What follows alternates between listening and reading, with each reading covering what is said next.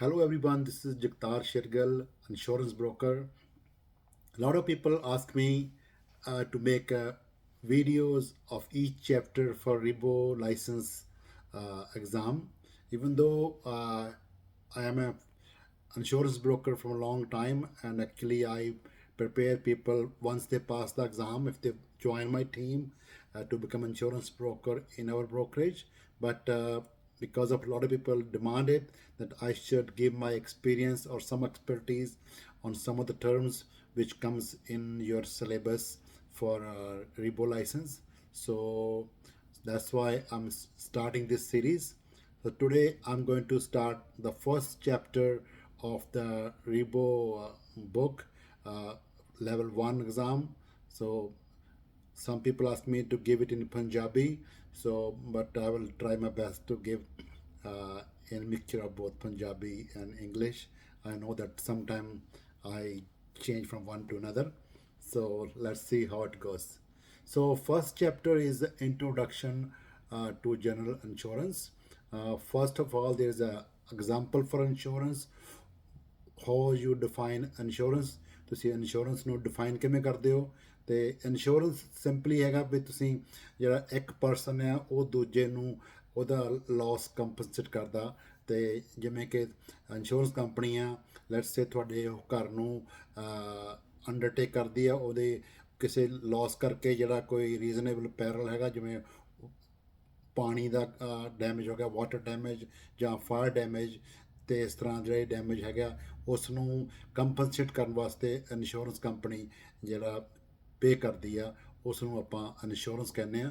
ਅਤੇ ਜਾਂ undertaking of one person to indemnify another person. ਜਿਹੜਾ ਹੁਣ ਇਹਦੇ ਵਿੱਚ ਆ ਗਿਆ ਅੰਡੈਮਨੀਫਾਈ ਕੀ ਹੈਗੇ ਆ, ਜਿਹੜੀ ਇੰਡੈਮਨੀਫਾਈ ਹੈ ਉਹਨੂੰ ਆਪਾਂ ਜਿਹੜਾ ਐਕਟ ਆਫ ਕੰਪਨਸੇਟਿੰਗ, ਜਿੱਦਾਂ ਕਿਸੇ ਨੂੰ ਪੇ ਕਰਨਾ ਕਹਿ ਲਓ, ਉਸ ਨੂੰ ਅੰਡੈਮਨੀਫਾਈ ਕਹਿੰਦੇ ਹੈਗੇ ਆ। ਅਤੇ ਦੂਸਰਾ ਜਿਹੜਾ ਹੈਗਾ ਆਪਣਾ ਰਿਸਕ, ਜਿਹੜਾ ਰਿਸਕ ਆ ਉਹ ਕੀ ਚੀਜ਼ ਹੈਗਾ। ਰਿਸਕ ਜਿਹੜਾ ਹੈਗਾ ਜਿਹਨੂੰ ਆਪਾਂ ਇਨਸ਼ੋਰ ਕਰਦੇ ਹਾਂ, ਜਿਵੇਂ ਘਰ ਆ ਜਾਂ ਕਾਰ ਇੰਸ਼ੋਰੈਂਸ ਆ ਜਾਂ ਕੋਈ ਬਿਜ਼ਨਸ ਹੈਗਾ, ਉਹ ਇੱਕ ਰਿਸਕ ਹੈਗਾ।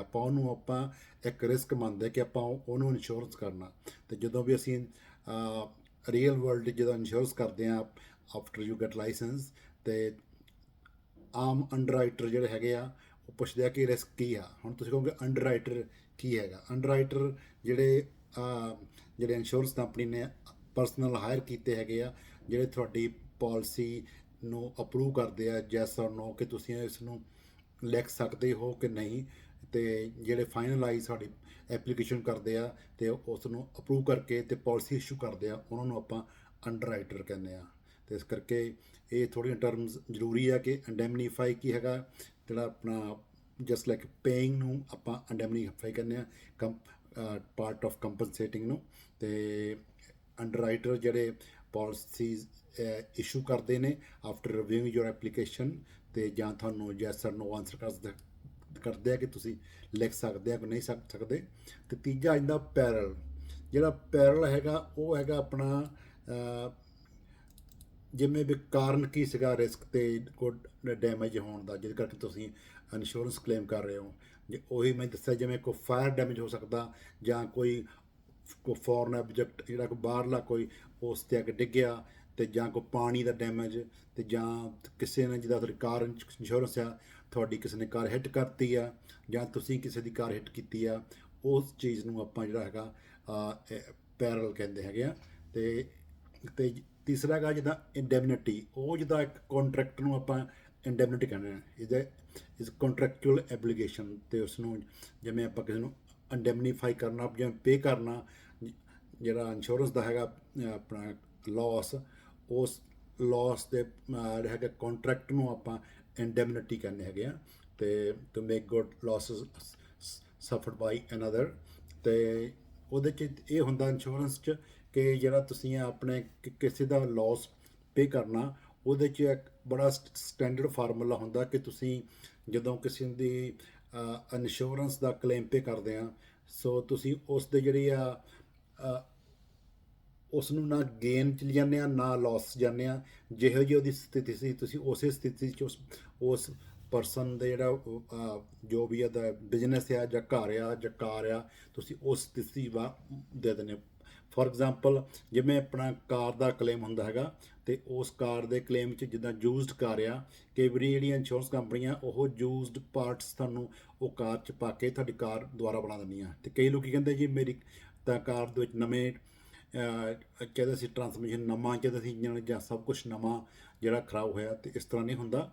ਅਤੇ ਜਾਂ ਕਈਆਂ ਲੋਕਾਂ ਦੀ ਕਾਰ ਚੋਰੀ ਹੋ ਜਾਂਦੀ ਆ, ਕਾਰ ਹੁੰਦੀ ਆ $50,000 ਦੀ, ਅਤੇ ਪਰ ਜਦੋਂ ਚੋਰੀ ਹੋਈ ਕਾਰ ਮਿਲ ਜਾਂਦੀ ਆ, ਉਹਦੇ 'ਚ ਕਾਫੀ ਥੋੜ੍ਹਾ ਬਹੁਤਾ ਡੈਮੇਜ ਵੀ ਹੁੰਦਾ ਕਈ ਵਾਰੀ, ਅਤੇ ਡੈਮੇਜ ਉਹ $5,000-7,000 ਦਾ ਜਾਂ $10,000 ਦਾ ਡੈਮੇਜ ਹੁੰਦਾ। ਅਤੇ ਇੰਸ਼ੋਰੈਂਸ ਕੰਪਨੀ ਉਸ ਕਾਰ ਨੂੰ ਉਹਨੂੰ ਠੀਕ ਕਰਕੇ $10,000-15,000 ਦਾ ਡੈਮੇਜ ਜਿਹੜਾ ਹੈਗਾ ਪੇ ਕਰਕੇ ਉਹ ਤੁਹਾਨੂੰ ਦੇ ਦਿੰਦੀ ਆ।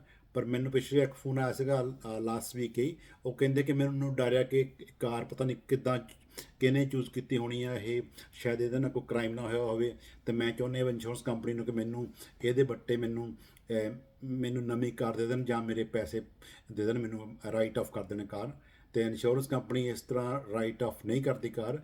ਅਤੇ ਜੇ ਉਹ ਕਾਰ ਬਣਾ ਸਕਦੇ ਆ, it cost less to repair than to give you the write off money, ਤਾਂ ਉਹ ਰਿਪੇਅਰ ਕਰਕੇ ਹੀ ਦੇਣਗੇ। ਅਤੇ ਜੇ ਉਹਨਾਂ ਨੂੰ ਲੱਗਦਾ ਹੈ ਕਿ ਇਹਦੇ ਵਿੱਚ ਬਹੁਤ ਖਰਚਾ ਆਏਗਾ, ਮੋਸਟਲੀ 75% ਔਰ ਮੋਰ ਖਰਚਾ ਆ ਜਾਂਦਾ ਜਿਨ੍ਹਾਂ ਦੀ ਕਾਰ ਹੈਗੀ ਆ, ਲੈਸ ਜੇ ਕਾਰ 10,000 ਦੀ ਆ ਅਤੇ ਖਰਚਾ ਆਲਮੋਸਟ 8,000 ਦਾ ਹੈਗਾ, ਅਤੇ ਫਿਰ ਪਤਾ ਹੁੰਦਾ ਇੰਸ਼ੋਰੈਂਸ ਕੰਪਨੀ ਨੇ ਤੁਸੀਂ ਰੈਂਟਲ ਕਾਰ ਵੀ ਯੂਜ਼ ਕਰ ਰਹੇ ਹੋ, ਅਤੇ ਗੱਡੀ ਵੀ ਗਰਾਜ ਖੜੀ ਹੈ ਮਕੈਨਿਕ ਦੇ, ਉਹਨੇ ਵੀ ਪੈਸੇ ਬਣਾਉਣੇ ਆਪਣੇ ਸਟੋਰੇਜ ਚਾਰਜਸ ਦੇ ਜਾਂ ਹੋਰ ਟੋਇੰਗ ਵਾਲੇ ਨੇ ਬਣਾਉਣੇ ਹੈਗੇ ਆ। ਅਤੇ ਜਿੰਨਾ ਚਿਰ ਲੰਬਾ ਲਟਕੇਗਾ ਕਲੇਮ, ਉਨਾ ਹੀ ਵਧੀ ਜਾਏਗਾ ਇਹ ਉਹਨਾਂ ਦੀ ਕੋਸਟ, ਤਾਂ ਫਿਰ ਉਹ ਕਈ ਵਾਰੀ ਉਹ ਕਾਰ ਨੂੰ ਰਾਈਟ ਆਫ ਕਰ ਦਿੰਦੇ ਹੈਗੇ ਆ। ਇਹ ਤੁਹਾਨੂੰ ਬਹੁਤ ਨੋਟ ਕਰਨ ਵਾਲੀ ਗੱਲ ਹੈਗੀ ਆ।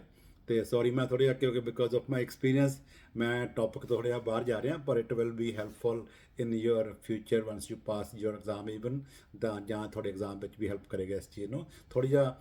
ਉਹਦੇ ਨਾਲ ਕੀ ਆ, ਥੋੜ੍ਹਾ ਜਿਹਾ ਅੰਡਰਸਟੈਂਡ ਤੁਹਾਨੂੰ ਬੈਟਰ ਹੋ ਜਾਂਦਾ ਕਿ ਇਹ ਕੰਸੈਪਟ ਕੀ ਹੈਗਾ। ਬਾਕੀ ਤਾਂ ਤੁਸੀਂ ਜਿਹੜਾ ਚੈਪਟਰ ਆ ਆਪ ਪੜ੍ਹ ਲੈਣਾ ਲਾਈਨ ਬਾਈ ਲਾਈਨ, ਅਤੇ ਮੈਂ ਉਹਦੇ ਵਿੱਚ ਨਹੀਂ ਜਾਵਾਂਗਾ। ਅਤੇ ਮੈਂ ਮੋਸਟਲੀ ਜਿਹੜੀਆਂ ਟਰਮਸ ਵਗੈਰਾ ਜਾਂ ਜੋ ਜਿਹੜੇ ਮੇਨ ਪੁਆਇੰਟਸ ਆ ਉਹ ਮੈਂ ਦੱਸਣ ਦੀ ਕੋਸ਼ਿਸ਼ ਕਰ ਰਿਹਾ। ਅਤੇ ਬਾਕੀ ਆਪਾਂ ਸੈਸ਼ਨ ਫਿਰ ਰੱਖ ਲਾਂਗੇ, ਅਤੇ ਮੇਰੇ YouTube ਚੈਨਲ ਦੇ ਉੱਤੇ ਜਿਹੜਾ ਜਗਤਾਰ ਸ਼ੇਰਗਿੱਲ ਪੋਡਕਾਸਟ ਹੈਗਾ, ਉਹਦੇ 'ਤੇ ਮੇਰਾ ਫ਼ੋਨ ਨੰਬਰ ਹੈ 4168310215। ਤੁਸੀਂ ਸਬਸਕ੍ਰਾਈਬ ਵੀ ਕਰ ਲੈਣਾ, ਜਾਂ ਤੁਸੀਂ ਮੈਨੂੰ ਈਮੇਲ ਕਰ ਸਕਦੇ ਹੋ jagtar@ableinsurance.ca।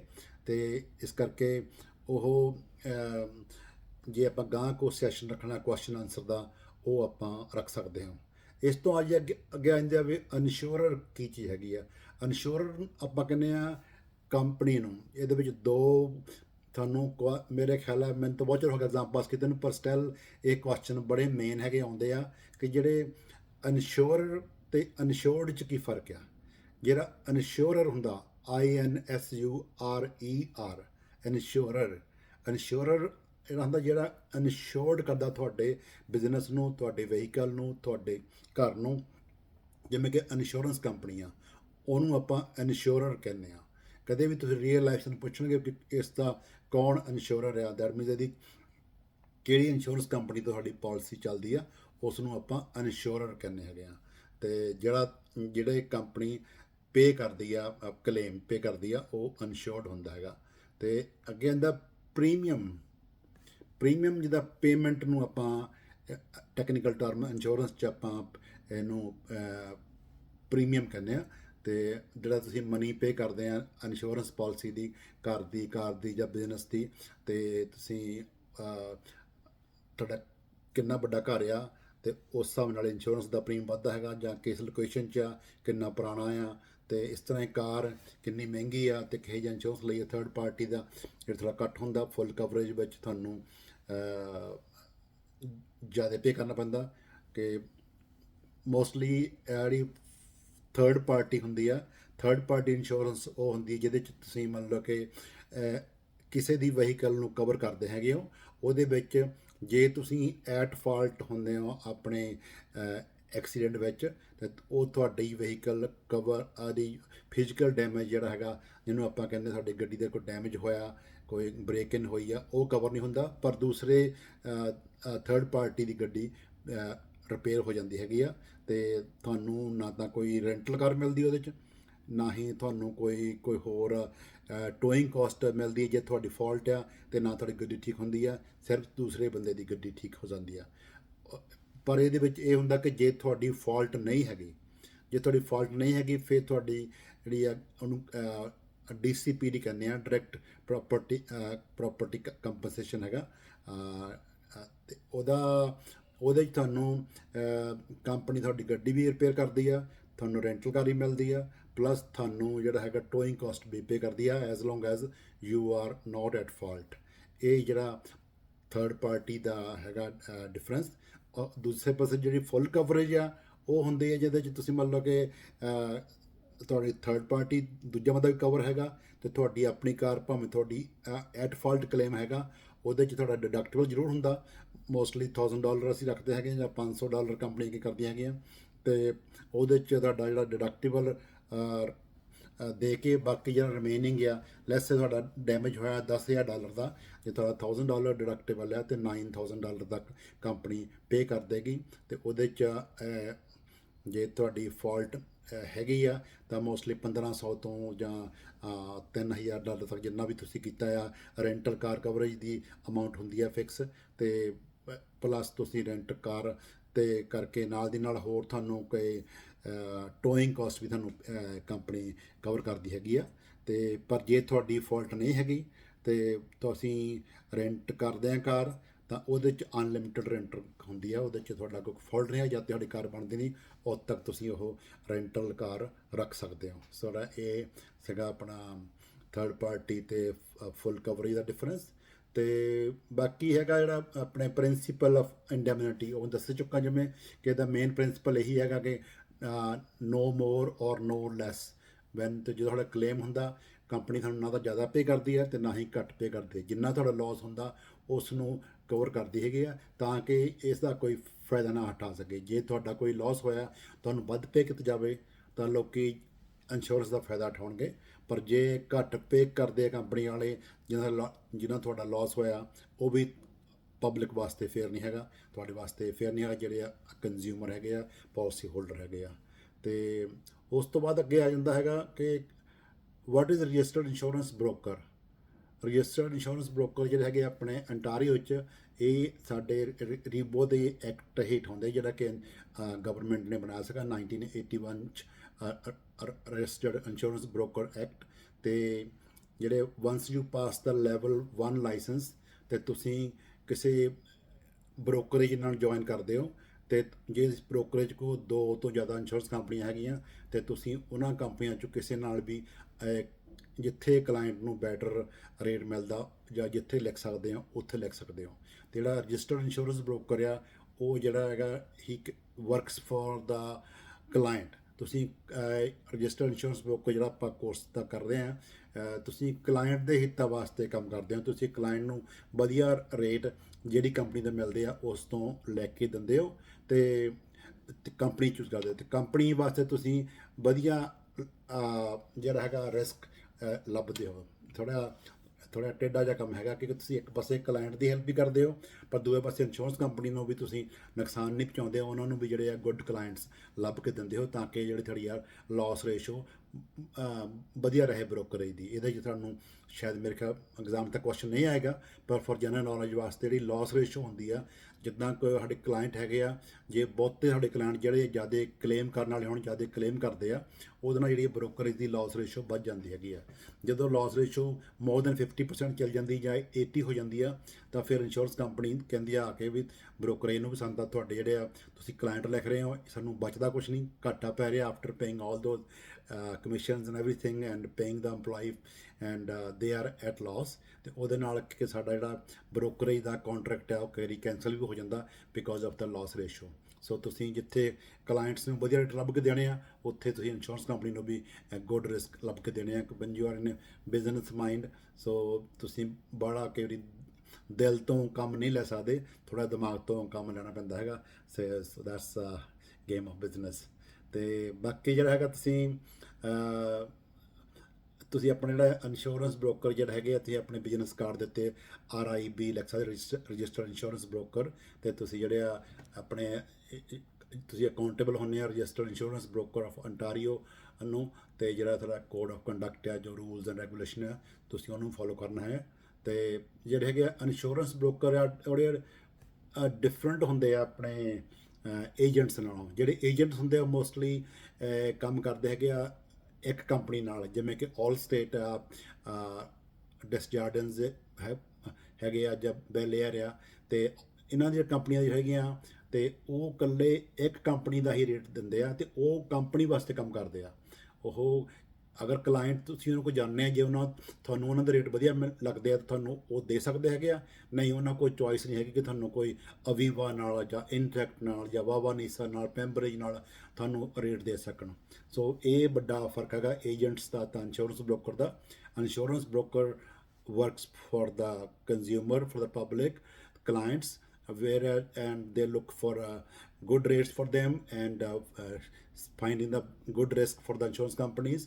ਤੇ whereas ਜਿਹੜੇ ਆਪਣੇ ਏਜੰਟਸ ਹੈਗੇ ਆ, ਉਹ ਆਲ ਸਟੇਟ ਜਾਂ ਕੋਆਪਰੇਟਿਵ ਏਜੰਟ ਜਾਂ ਡਿਸਜਾਰਡਨਸ ਵਗੈਰਾ ਨਾਲ, ਉਹ ਜਿਹੜੇ ਆ ਕੰਪਨੀ ਵਾਸਤੇ ਕੰਮ ਕਰਦੇ ਆ, ਅਤੇ ਉਹ ਕੰਪਨੀ ਇੱਕ ਕੰਪਨੀ ਉਸ ਕੰਪਨੀ ਦੀਆਂ ਪਾਲਿਸੀਆਂ ਹੀ ਕਲਾਇੰਟਸ ਨੂੰ ਵੇਚ ਸਕਦੇ ਆ। ਜੇ ਕਲਾਇੰਟ ਨੂੰ ਚੰਗਾ ਲੱਗਦਾ ਤਾਂ ਲੈ ਲੈਂਦੇ ਆ, ਨਹੀਂ ਲੱਗਦਾ ਤਾਂ ਉਹਨਾਂ ਕੋਲ ਚੁਆਇਸ ਵੀ ਹੋਰ ਕੋਈ ਨਹੀਂ ਹੁੰਦੀ। ਅਤੇ ਉਹਨਾਂ ਕੋਲ ਕਈ ਵਾਰੀ ਹਾਈ ਰਿਸਕ ਕੰਪਨੀ ਜਿੱਦਾਂ ਸਾਡੇ ਕੋਲ ਹੈਗੀਆਂ ਬ੍ਰੋਕਰੇਜ ਕੋਲ ਜੈਬਕੋ ਇੰਸ਼ੋਰੈਂਸ, ਐਚਲਾਨ, ਪੈਫਕੋ, ਅਤੇ ਇਸ ਤਰ੍ਹਾਂ ਕੰਪਨੀਆਂ ਹੈਗੀਆਂ। ਉਹਨਾਂ ਨਾਲ ਅਸੀਂ ਜਿਹੜੀਆਂ ਹਾਈ ਰਿਸਕ ਕੰਪਨੀਆਂ, ਮਤਲਬ ਮਿਡ ਰੇਂਜ ਦੀਆਂ, ਉਹਨਾਂ ਨਾਲ ਅਸੀਂ ਤੁਹਾਨੂੰ ਕਈ ਵਾਰੀ ਲਿਖ ਸਕਦੇ ਹੋ ਜੇ ਸਾਡੇ ਕੋਲ ਥੋੜ੍ਹਾ ਇੱਕ ਦੋ ਐਕਸੀਡੈਂਟ ਜਾਂ ਟਿਕਟਾਂ ਹੈਗੀਆਂ।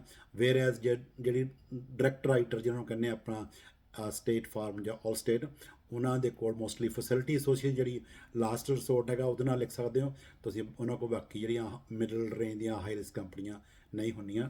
ਇਹ ਥੋੜ੍ਹਾ ਫਰਕ ਆ ਬ੍ਰੋਕਰ ਅਤੇ ਏਜੰਟ ਦੇ ਵਿੱਚ।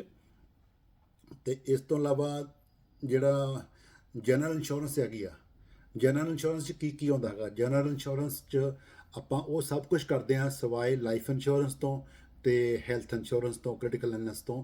ਅਤੇ ਬਾਕੀ ਸਾਰਾ ਕੋਈ ਘਰ ਦੀ ਇੰਸ਼ੋਰੈਂਸ ਹੋਵੇ, ਕਾਰ ਦੀ ਇੰਸ਼ੋਰੈਂਸ ਹੋਵੇ, ਕੋਈ ਆਪਣਾ ਬਿਜ਼ਨਸ ਦੀ ਹੋਵੇ, ਟਰੱਕਿੰਗ ਇੰਸ਼ੋਰੈਂਸ ਆ, ਕਿਸੇ ਨੇ ਕੋਈ ਸਟਾਲ ਲਾਉਣਾ, ਕਿਸੇ ਨੇ ਕੋਈ ਇਵੈਂਟ ਕਰਨੀ ਹੈਗੀ ਆ ਵੀਕਐਂਡ 'ਤੇ, ਕਿਤੇ ਬੈਂਕਟ ਹਾਲ ਵਿੱਚ ਛੋਟਾ ਜਿਹਾ ਫੰਕਸ਼ਨ ਆ, ਮਤਲਬ ਕਿ ਸਮਾਲ ਫੰਕਸ਼ਨ ਤੋਂ ਲੈ ਕੇ ਵੱਡੇ ਵੱਡੇ, ਤੁਸੀਂ ਐਂ ਕਹਿ ਲਓ ਵੀ ਟਰੱਕਸ ਤੋਂ ਲੈ ਕੇ ਈਵਨ ਪਲੇਨਸ ਦੀ ਇੰਸ਼ੋਰੈਂਸ ਕਰਨੀ ਹੋਵੇ, ਐਰੋਪਲੇਨਸ ਦੀ, ਅਤੇ ਉਹ ਵੀ ਤੁਸੀਂ ਇਹਦੇ ਜਨਰਲ ਇੰਸ਼ੋਰੈਂਸ ਕਰਦੇ। It's a vast field. Smallest you can do travel insurance, ਜਿਹਦੇ 'ਚ ਤੁਸੀਂ ਆਪਣੇ ਬਾਹਰ ਜਾਂਦੇ ਆ ਲੋਕ ਵਿਜ਼ਿਟ ਕਰਨ ਵਾਸਤੇ ਆਊਟਸਾਈਡ ਕੈਨੇਡਾ, ਤੁਸੀਂ ਜਾਂ outside of province of Ontario, you can do travel insurance. But big you can do almost like truck insurance ਔਰ ਈਵਨ ਪਲੇਨ ਇੰਸ਼ੋਰੈਂਸ। ਅਤੇ ਮੈਂ ਤੁਹਾਨੂੰ ਦੱਸਦਾ, ਮੈਂ ਪਿੱਛੇ ਜਿਹੇ ਗਿਆ ਸੀਗਾ ਏਅਰਪੋਰਟ 'ਤੇ, ਉੱਥੇ ਮੈਂ ਗੋਰੇ ਨੂੰ ਮਿਲਿਆ, ਅਤੇ ਮੈਂ ਉਹਨੂੰ ਪੁੱਛ ਰਿਹਾ ਸੀ ਤੁਸੀਂ ਵਟ ਯੂ ਡੂਇੰਗ। ਮੈਂ ਕਿਹਾ ਮੈਂ ਇੰਸ਼ੋਰੈਂਸ ਬ੍ਰੋਕਰ ਹਾਂ। ਕਹਿੰਦਾ ਆਈ ਸੀ, ਓਕੇ, ਤਾਂ ਦੈਟਸ ਗੁੱਡ। ਅਤੇ ਮੈਂ ਕਿਹਾ ਤੁਸੀਂ ਕੀ ਕਰਦੇ ਆ? ਕਹਿੰਦਾ ਮੈਂ ਵੀ ਇੰਸ਼ੋਰੈਂਸ ਬ੍ਰੋਕਰ ਹਾਂ। ਮੈਂ ਕਿਹਾ ਉਹ that's good, we are in the same field. ਕਹਿੰਦਾ yeah what's your main field? ਮੈਂ ਕਿਹਾ mostly I do auto home insurance and trucking insurance. ਕਹਿੰਦਾ yeah but I do mostly planes insurance, ਅਤੇ ਮੇਰਾ ਕਾਫੀ ਬੜੇ ਲੈਵਲ 'ਤੇ ਕੰਮ ਹੈਗਾ। So you see difference from you can choose your market wherever ਤੁਸੀਂ ਫਿੱਟ ਬਹਿੰਦੇ ਹੋ, ਉਹਦੇ 'ਚ ਤੁਹਾਡਾ ਤੁਸੀਂ ਆਪਣਾ ਕੰਮ, ਜਾਂ you can do everything. Some time brokers are so busy at they get so busy with clients. ਕਈ ਲੋਕ ਇਕੱਲਾ ਕਮਰਸ਼ੀਅਲ ਹੀ ਕਰਦੇ ਆ, ਕਈ ਇਕੱਲਾ ਪਰਸਨਲ ਆਟੋ ਹੋਮ ਹੀ ਕਰਦੇ ਆ, ਜਾਂ ਕਈ ਸਭ ਕੁਛ ਹੀ ਕਰਦੇ ਆ। ਅਤੇ but this is a vast field. ਇਹਨੂੰ ਆਪਾਂ ਜਨਰਲ ਇੰਸ਼ੋਰੈਂਸ ਬ੍ਰੋਕਰ ਨੂੰ ਇੰਸ਼ੋਰੈਂਸ ਨੂੰ ਆਪਾਂ ਪ੍ਰੋਪਰਟੀ ਅਤੇ ਕੈਜੁਅਲਟੀ ਇੰਸ਼ੋਰੈਂਸ ਵੀ ਕਹਿ ਦਿੰਦੇ ਹੈਗੇ ਆ। ਅਤੇ ਜਿਹਦੇ 'ਚ ਤੁਸੀਂ ਆਪਣਾ ਪ੍ਰੋਪਰਟੀ, ਘਰਾਂ ਦੀ ਇੰਸ਼ੋਰੈਂਸ ਹੋਈ, ਜਾਂ ਕੋਈ ਲਾਇਬਿਲਿਟੀ ਇੰਸ਼ੋਰੈਂਸ ਹੋਈ, ਆਟੋਮੋਬਾਈਲਸ, ਕੋਈ ਕੰਟਰੈਕਟਰ ਹੈਗਾ ਜਿਵੇਂ ਕੋਈ ਇਲੈਕਟ੍ਰੀਸ਼ੀਅਨ ਆ, ਅਤੇ ਜਾਂ ਕੋਈ ਆਪਣਾ ਹੋਰ ਵਾਟਰ ਕਰਾਫਟ ਆ, ਜਾਂ ਕੋਈ ਕੁਝ ਕਿਸੇ ਦਾ ਕੱਪੜੇ ਦਾ ਸਟੋਰ ਆ, ਕੁਛ ਵੀ ਹੈਗਾ, ਉਹ ਤੁਸੀਂ ਇਹਦੇ 'ਚ ਇਨਸ਼ੋਰ ਕਰ ਸਕਦੇ ਹੋ। ਅਤੇ ਉਹਦੇ 'ਚ ਤੁਸੀਂ ਬਾਕੀ ਜਿਹੜਾ ਰਿਸਕ ਕੀ ਹੈਗੇ ਆ, ਦੋ ਤਰ੍ਹਾਂ ਦੇ ਰਿਸਕ ਹੁੰਦੇ ਆ। ਇੱਕ ਹੁੰਦਾ ਸਪੈਕੂਲੇਟਿਵ ਰਿਸਕ, ਜਿਹੜਾ ਜੇ ਤੁਸੀਂ ਜਿੱਦਾਂ ਗੈਂਬਲਿੰਗ ਵਗੈਰਾ ਹੋਈ ਹੈ ਨਾ, ਅਤੇ ਦੂਜਾ ਹੁੰਦਾ pure risk, the chance of financial loss with no chance of financial gain. ਜਿਹੜਾ ਤਾਂ ਸਪੈਕੂਲੇਟਿਵ ਰਿਸਕ ਹੈ, ਜਿੱਦਾਂ ਗੈਂਬਲਿੰਗ ਵਗੈਰਾ, ਜਿਹਦਾ ਪਤਾ ਹੀ ਆ ਵੀ ਤੁਸੀਂ ਤੁਹਾਡੇ ਪੈਸੇ ਮਰਨੇ ਆ ਜਾਂ ਤੁਸੀਂ ਬਣਾਉਣੇ ਆ। ਜੇ ਤੁਸੀਂ ਤੁਹਾਡੇ ਪੈਸੇ ਮਰ ਗਏ ਤੇ ਉਹਦੇ ਵਾਸਤੇ ਕੋਈ ਇੰਸ਼ੋਰੈਂਸ ਨਹੀਂ ਹੈਗੀ। ਤੁਸੀਂ ਵੀ ਉਹਦੇ 'ਤੇ ਤੁਸੀਂ ਇੰਸ਼ੋਰੈਂਸ ਲੈ ਕੇ ਤੁਹਾਡੇ ਕੋ ਦੁਬਾਰਾ ਬੁੱਕ 'ਚ ਪੈਸੇ ਪਾ ਦੇਗਾ। ਇਸ ਤਰ੍ਹਾਂ ਨਹੀਂ ਹੁੰਦਾ, ਉਹ ਤੁਸੀਂ ਆਪ ਚੂਜ਼ ਕਰਦੇ ਹੋ ਵੀ ਤੁਸੀਂ ਕਿਸ ਪਾਸੇ ਤੁਸੀਂ ਰਿਸਕ ਆਪਣਾ ਖੁਦ ਲੈਂਦੇ ਹੋ।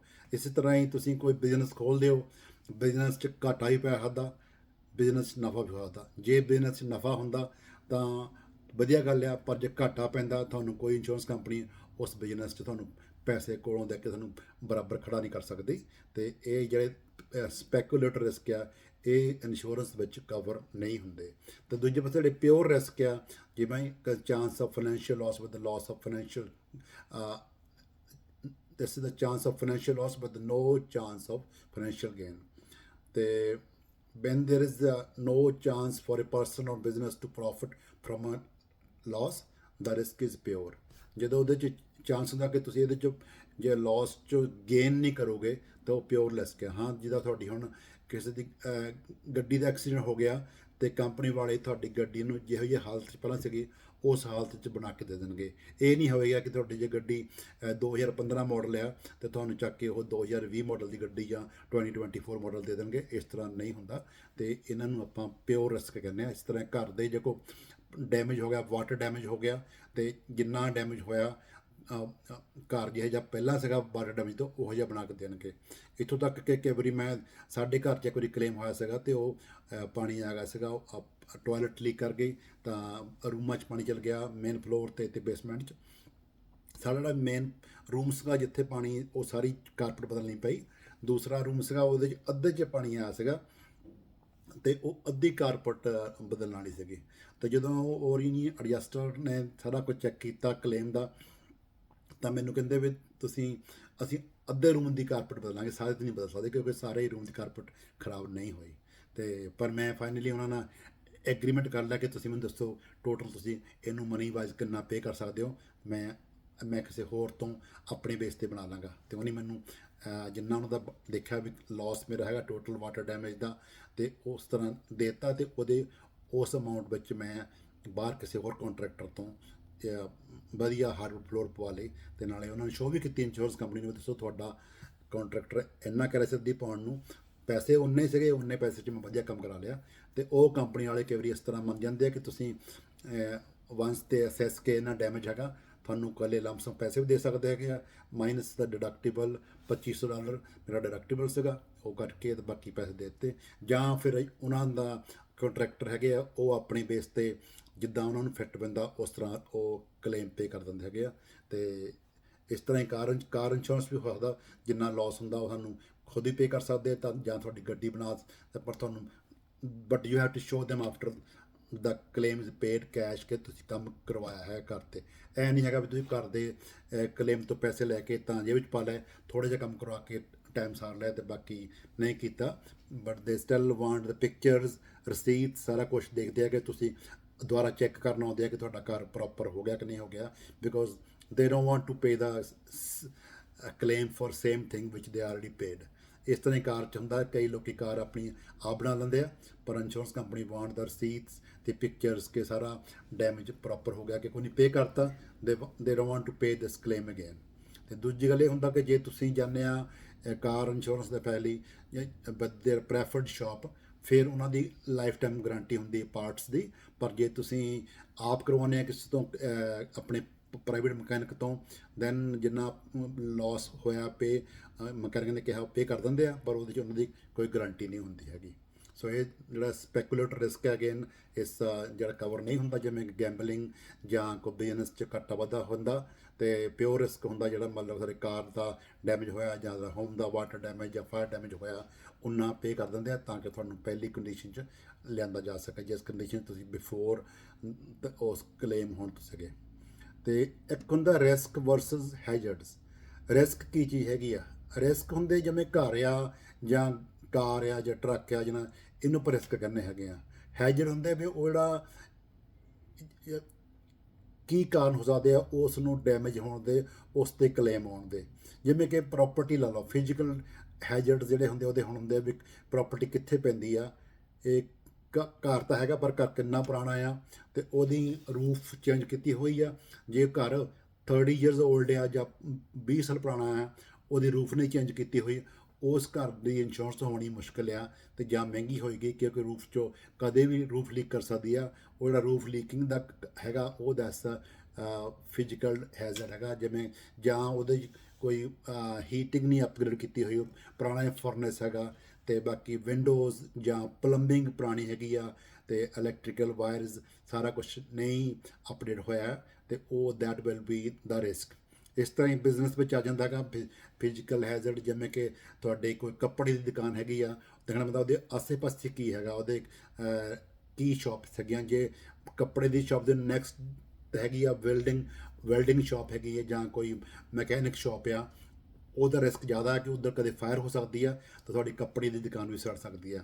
ਜੇ ਕੱਪੜੇ ਦੀ ਦੁਕਾਨ ਦੇ ਆਸੇ ਪਾਸੇ ਇੱਕ ਪਾਸੇ ਇੰਸ਼ੋਰੈਂਸ ਦਾ ਆਫਿਸ ਆ, ਜਾਂ ਦੂਜੇ ਪਾਸੇ ਰੀਅਲ ਸਟੇਟ ਜਾਂ ਲਾਇਰ ਆਫਿਸ ਆ, ਤਾਂ ਰਿਸਕ ਬਹੁਤ ਘੱਟ ਆ ਕਿ ਉੱਧਰ ਵੀ ਪ੍ਰੋਫੈਸ਼ਨਲ ਬੈਠੇ ਆ, ਕੋਈ ਇੰਨਾ ਫਾਇਰ ਦਾ ਜ਼ਿਆਦਾ ਖਤਰਾ ਨਹੀਂ ਹੈਗਾ। ਅਤੇ ਇਸ ਕਰਕੇ age of the building, condition ਆ ਕਿੱਥੇ ਹੈਗੀ, ਕਿਸ ਜਗ੍ਹਾ 'ਤੇ ਹੈਗੀ ਆ, ਇਹਨੂੰ ਆਪਾਂ ਜਿਹੜਾ ਫਿਜ਼ੀਕਲ ਹੈਜ਼ਰਡ ਕਹਿੰਦੇ ਆ।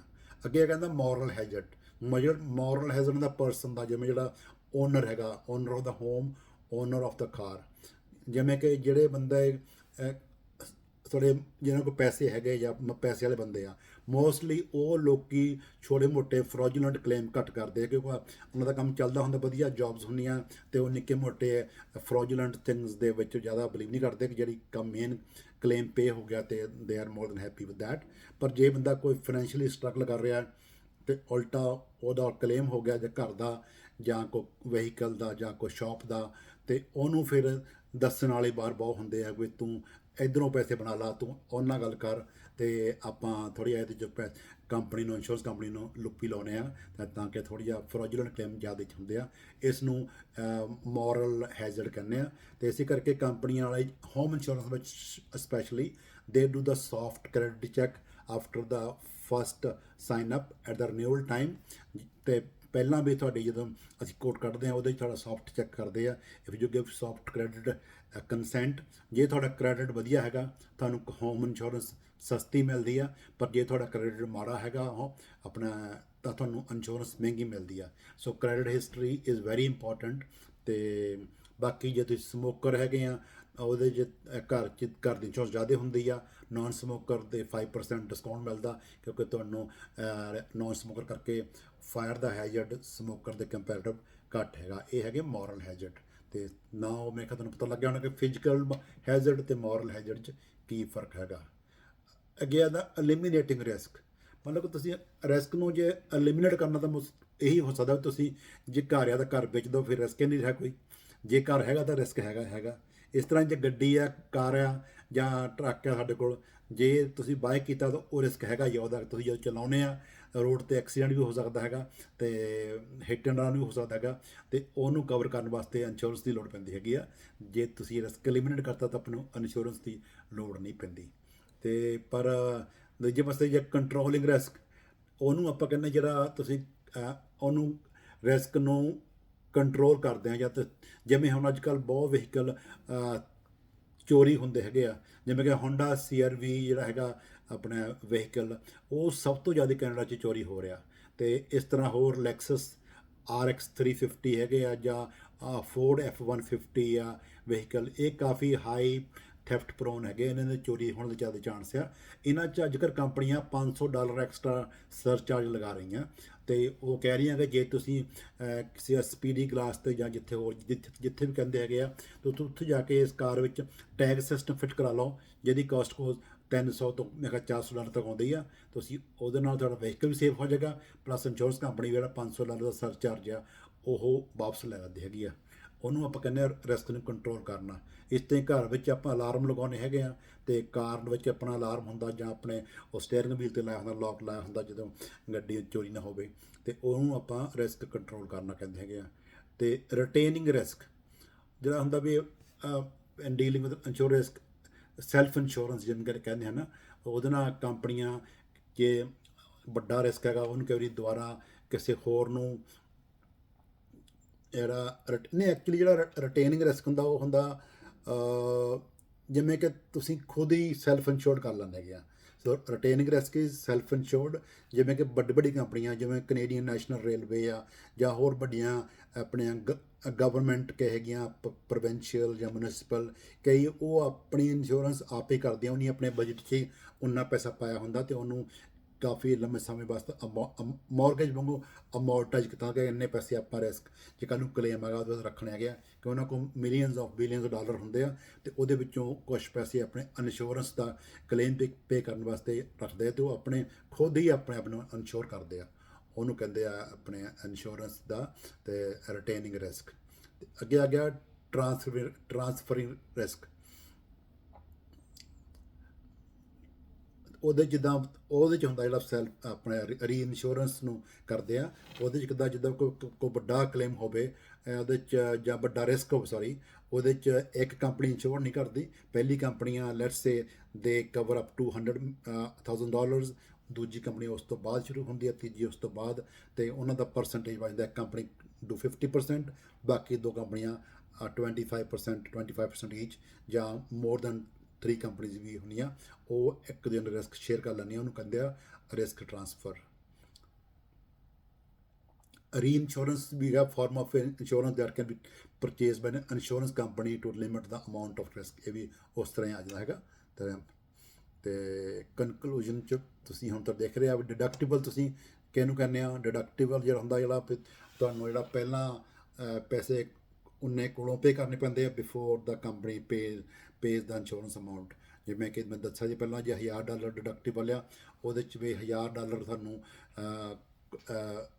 ਕੋਲੋਂ ਪੇ ਕਰਨਾ ਪਏਗਾ। ਜੇ $10,000 ਦਾ ਕਲੇਮ ਆ ਤਾਂ ਤੁਹਾਨੂੰ 9000 ਮਿਲੇਗਾ ਹੈਗਾ। ਇਸ ਨੂੰ ਆਪਾਂ ਜਿਹੜਾ ਉਹ ਡਿਫਰੈਂਸ ਆ ਉਸ ਨੂੰ ਡਿਡਕਟੀਬਲ ਕਹਿੰਦੇ ਆ। ਅਤੇ ਜੇ ਤੁਹਾਡਾ ਕਲੇਮ $1000 ਤੋਂ ਥੱਲੇ ਆ, ਫਿਰ ਤੁਹਾਨੂੰ ਕਲੇਮ ਕਰਨ ਦੀ ਕੋਈ ਲੋੜ ਨਹੀਂ ਹੈ, ਕਿ ਤੁਹਾਨੂੰ ਪਤਾ ਵੀ it company will not pay. ਜੇ $900 ਦਾ ਕਲੇਮ ਆ ਅਤੇ $1000 ਡਿਡਕਟੀਬਲ ਆ, it's not worth to go for insurance claim, ਤੁਹਾਨੂੰ ਉਹ ਖੁਦ ਹੀ ਪੇ ਕਰਨਾ ਪਏਗਾ। ਅਤੇ ਇਸ ਕਰਕੇ ਤੁਸੀਂ ਅਗੇਨ ਆਈ ਵਿਲ ਸੇਮ ਇੰਡੈਮਨਿਟੀ ਕੀ ਚੀਜ਼ ਹੈਗੀ ਆ, ਪੈਰਲ ਅਤੇ ਪਿਓਰ ਰਿਸਕ ਅਤੇ ਸਪੈਕੂਲੇਟਿਵ ਰਿਸਕ ਅਤੇ ਇੰਸ਼ੋਰੈਂਸ ਬ੍ਰੋਕਰ ਅਤੇ ਇੰਸ਼ੋਰੈਂਸ ਏਜੰਟ, ਇਹਦਾ ਕੀ ਫ਼ਰਕ ਹੈਗਾ। ਇਹ ਕਾਫੀ ਜਿਹੜੇ ਹੈਗੇ ਆ ਤੁਹਾਨੂੰ ਇੱਦਾਂ ਦੇ ਕੁਐਸਚਨ ਤੁਹਾਨੂੰ ਆ ਸਕਦੇ ਆ। ਜੇ ਤੁਸੀਂ ਮੈਨੂੰ ਹੋਰ ਆਪਣੇ ਚਾਹੁੰਦੇ ਆ ਵੀ ਡਿਟੇਲ 'ਚ ਤੁਹਾਨੂੰ ਦੱਸਾਂ, ਇਸ ਬੈਟਰ ਹੋਊਗਾ ਕਿ ਤੁਸੀਂ ਮੈਨੂੰ ਕੋਈ ਕੁਐਸਚਨ ਭੇਜੋ ਇਸ ਵੀਡੀਓ ਦੇ ਉੱਤੇ, ਕਮੈਂਟ ਇਟ, ਸੈਂਡ ਕੁਐਸਚਨਜ਼, ਜਾਂ ਤੁਸੀਂ ਮੈਨੂੰ, ਮੈਂ ਕਿਸੇ ਦਿਨ ਲਾਈਵ ਸੈਸ਼ਨ ਕਰ ਸਕਦਾ ਹੈਗਾ YouTube 'ਤੇ, ਅਤੇ ਉੱਥੇ ਆਪਾਂ ਤੁਹਾਡੇ ਕੁਐਸਚਨਾਂ ਦੇ ਆਨਸਰ ਲਾਈਵ ਵੀ ਕਰ ਸਕਦੇ ਹੋ। ਅਤੇ ਜਿੱਦਾਂ ਜਿਹੜਾ ਹੈਗਾ ਆਪਣਾ ਰੀਬੋ ਕਿਹਨੂੰ ਕਹਿੰਦੇ ਆ, ਜਿਹੜਾ ਰੀਬੋ ਜਿੱਦਾਂ registered insurance brokers of Ontario ਨੂੰ ਰੀਬੋ ਕਹਿੰਦੇ ਆ, ਜਿਹੜੀ ਹੈਗੇ ਆ। ਅਤੇ ਜਿਹੜੇ ਹੈਗਾ IBA ਉਹ ਹੈਗਾ insurance brokers association of Ontario. ਉਹ ਜਿਹੜੇ ਹੈ IBA, ਉਹ ਜਿਹੜਾ ਸਕੂਲ ਆਫ ਇੰਸ਼ੋਰੈਂਸ, ਜਿੱਥੇ ਤੁਸੀਂ ਮੋਸਟਲੀ ਕਲਾਸਿਸ ਲੈਂਦੇ ਆ ਇੰਸ਼ੋਰੈਂਸ ਦੀਆਂ ਲੈਵਲ 1 ਦੀਆਂ। ਅਤੇ ਰੀਬੋ ਹੈਗੀ ਜਿਹੜੀ ਲਾਇਸੈਂਸਿੰਗ ਬੋਡੀ ਆ ਅਤੇ registered insurance broker of Ontario. ਅਤੇ ਜਿਹੜੇ ਹੈਗੀ ਆ ਰੀਬੋ ਜਿਹੜੀ ਆ ਰੈਗੂਲੇਟਸ ਕਰਦੀ ਹੈਗੀ ਆ ਅਤੇ ਇੰਸ਼ੋਰੈਂਸ ਬ੍ਰੋਕਰ ਨੂੰ, licensing and professional companies of insurance brokers. ਅਤੇ ਜਿਹੜੀ ਹੈਗੀ ਆਪਣਾ ਇਸ ਤੋਂ ਅੱਗੇ ਹੋਰ ਕੁਐਸਚਨ ਆ ਸਕਦਾ ਤੁਹਾਡਾ ਵੀ, ਅਤੇ ਜਿਹੜਾ ਸਪੈਕੂਲੇਟਰ ਰਿਸਕ ਕੀ ਹੈਗਾ, ਜਿਵੇਂ ਗੈਂਬਲਿੰਗ ਆ, ਇਹ ਇੱਕ ਸਪੈਕੂਲੇਟਰ ਰਿਸਕ ਹੈਗਾ। ਜਿੱਦਾਂ ਕੋਈ ਬਿਲਡਿੰਗ ਜਿਹੜੀ ਕੋਈ ਪੁਰਾਣੀ ਆ, ਉਹਦੀਆਂ ਖਸਤਾ ਹਾਲਤ ਵਿੱਚ ਹੈਗੀ ਆ, ਜਾਂ ਉਹਦਾ ਇਲੈਕਟ੍ਰੀਕਲ ਵਾਇਰਿੰਗ ਵੀ ਕਾਫੀ ਖਰਾਬ ਹੋਈ ਹੋਆ, ਅਤੇ ਇਹ ਜਿਹੜਾ ਕਿਹੜਾ ਰਿਸਕ ਆ ਸਕਦਾ, ਇਹਨੂੰ ਆਪਾਂ ਰਿਸਕ ਕਰਦੇ ਹਾਂ ਫਿਜ਼ੀਕਲ ਹੈਜ਼ਰਡ ਹੋ ਸਕਦਾ। ਇਹ ਦੱਸਿਆ ਫਿਜ਼ੀਕਲ ਹੈਜ਼ਰਡ। ਅਤੇ ਉਸ ਤੋਂ ਬਾਅਦ ਅੱਗੇ ਆਉਂਦਾ ਕਿ which are the following statements correct, ਦਾ ਆਪਣੇ with pure risk there is chance of loss but not chance of profit. ਅਤੇ ਉਸ ਤੋਂ ਅਗਲਾ ਸੈਕਿੰਡ ਹੈਗਾ with speculator risk there is a chance of either loss or profit. ਤੇ with pure risk there is a chance of either loss or profit, ਇਹ ਵੀ ਗਲਤ ਹੈ। with the speculative risk there is a chance of loss but not a chance of profit. ਤੇ ਜਿਹੜਾ ਪਹਿਲਾ ਹੈਗਾ ਇਸ 'ਚ ਸਹੀ ਹੈਗਾ, with pure risk there is a chance of ਪਹਿਲਾ ਇਨਕਰੈਕਟ ਹੈਗਾ। ਅਤੇ ਬਾਕੀ ਆਪਾਂ ਵੀ can go through again later on. ਅਤੇ ਮੇਰਾ ਥੋੜ੍ਹਾ ਪਹਿਲਾਂ ਹੀ ਫਸਟ ਐਕਸਪੀਰੀਅੰਸ ਹੈ, hope maybe I am wrong in some cases but we can review it ਟੁਗੈਦਰ।